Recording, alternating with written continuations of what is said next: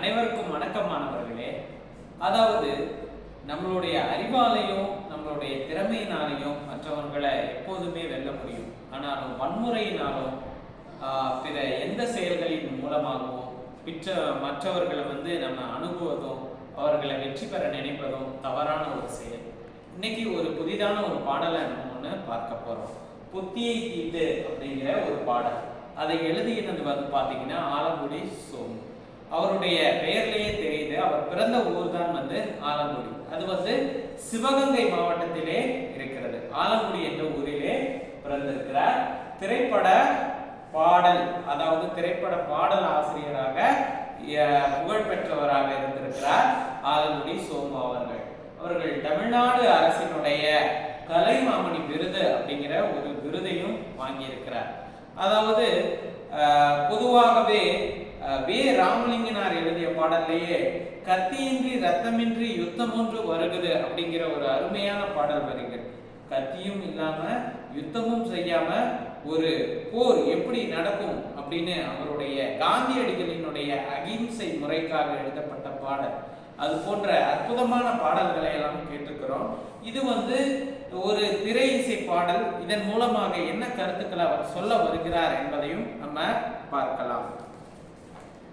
கத்தியை தீட்டாதே உந்தன் புத்தியை தீட்டு, கண்ணியம் தவறாதே அதிலே திறமையை காட்டு, ஆத்திரம் கண்ணை மறைத்திடும் போது அறிவுக்கு வேலை கொடு, உன்னை அழித்திட வந்த பகைவன் என்றாலும் அன்புக்கு பாதை விடு, கத்தியை தீட்டாதே உந்தன் புத்தியை தீட்டு, மன்னிக்க தெரிந்த மனிதனின் உள்ளம் மாணிக்க கோயிலப்பா, இதை மறந்தவன் வாழ்வு தடம் தெரியாமல் மறைந்தே போகும் அப்பா, கத்தியை தீட்டாதே உந்தன் புத்தியை தீட்டு, இங்கே இருப்பது சில காலம் இதற்குள் ஏனோ அகம்பாவம், இதனால் உண்டோ ஒரு லாபம், இதை எண்ணிப்பாரு தெளிவாகும், கத்தியை தீட்டாதே உந்தன் புத்தியை தீட்டு என்கின்ற ஒரு அருமையான பாடல் வரிகளை எழுதியிருக்கிறாரு. இதன் மூலமா பாருங்க, புத்தியை தீட்டு, கண்ணியம் தவறாதே.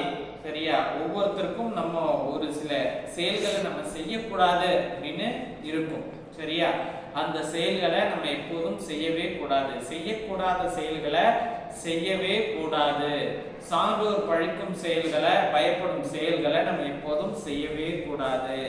அதிலே நம்ம என்ன பண்ணணும், முழுக்க நம்மளுடைய அறிவை சார்ந்த திறமையை காட்ட வேண்டும். ஆத்திரம் கண்ணை மறைத்து விடும் போது அறிவுக்கு வேலை கொடு அப்படின்னு சொல்லுவாங்க. அதாவது சின்ன வயதுல இருந்தே என்னுடைய ஆசிரியர் சொல்வதெல்லாம் என்ன அப்படின்னா, உனக்கு கோபமும் ஆத்திரமும் அடக்க முடியாத ஒரு கோபம் எல்லாம் வந்துச்சு அப்படின்னா ஒரு நிமிஷம் நீ அமைதியா இருந்து கொஞ்சம் தண்ணியை எடுத்து நீ குடி, அப்போது ஒரு கொஞ்ச நேரத்திலேயே உனக்கு அந்த கோபம் மறைத்து விடும் அப்படின்னு எல்லாம் சொல்லுவாங்க. இப்ப நிறைய ஜெயில இருக்கிறவங்க இந்த கொலை செய்தவர்கள் எல்லாம் பேட்டி எடுக்கும்போது அவங்க என்ன சொல்லுவாங்கன்னா, ஒரே ஒரு நிமிஷம் தான் என்னோட வாழ்க்கையே மாறிடுச்சு, 50 ஆண்டுகளாக சிறையில் இருக்கிற நான் செய்தது மிகப்பெரிய பாவம் தான், அந்த ஒரு நிமிஷத்துல நான் என்ன பண்ணான்னு எனக்கு தெரியல, அதனாலதான் அப்படி செய்து விட்டேன், சிறைக்கு வந்துட்டேன் அப்படின்னு எல்லாம் சொல்லுவாங்க. ஆக அந்த கோபம் ஆத்திரம் எல்லாம் ஒரே ஒரு நிமிஷம் தான். அந்த நிமிஷத்துல நம்ம நிதானமாக இருந்து செயல்பட்டோம் அப்படின்னா நம்ம என்ன பண்ணலாம், புத்திசாலியாக நம்ம இருக்கலாம். அந்த நேரத்துல நம்ம ஆத்திரம் கண்ணை மறைச்சிருச்சு அப்படின்னு நம்ம பாவங்களை செய்பவர்களாக ஒருபோதும் இருக்கவே கூடாது. பகைவன் என்றாலும் அன்புக்கு பாதை விடு.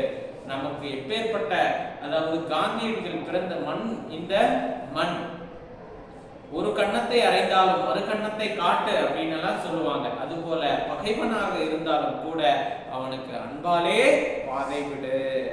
அதாவது மன்னிக்க தெரிந்தவனினுடைய உள்ளம் மாணிக்க கோயில் என்று சொல்கிறாங்க. எப்பேற்பட்ட ஒரு அற்புதமான வரிகள் என்று பாருங்க. மாணிக்கம் என்பது அணிகலன்களின் ஒன்று. அதாவது இப்ப எப்படி தங்கமோ அதே போல மாணிக்கம் என்பது ஒரு வகையான அணிகலன். அந்த மாணிக்க கோயில் யாரு? அதாவது மன்னிக்க தெரிந்தவன், அதாவது மன்னிப்பு கேட்கிறவன் மனுஷன் மன்னிக்க தெரிந்தவன் மாமனிதன், தெய்வத்திற்கு நிகரானவன் என்றெல்லாம் கூறுவார்கள். அதாவது யாரெல்லாம் கோபப்படுறாங்களோ அவங்களுடைய வாழ்க்கையெல்லாம் தடம் தெரியாமலே போகும் என்றெல்லாம் சொல்லி இருக்கிறாங்க கவிஞர். இங்கே இந்த பூமியிலே இருப்பது சில காலம்தான்.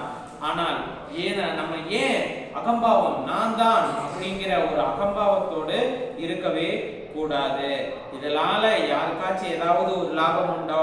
கிடையவே கிடையாது.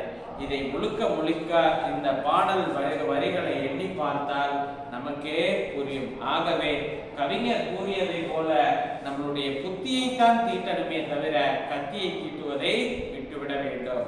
மாணவர்களே, நன்றி. அடுத்த வகுப்பிலே காணலாம்.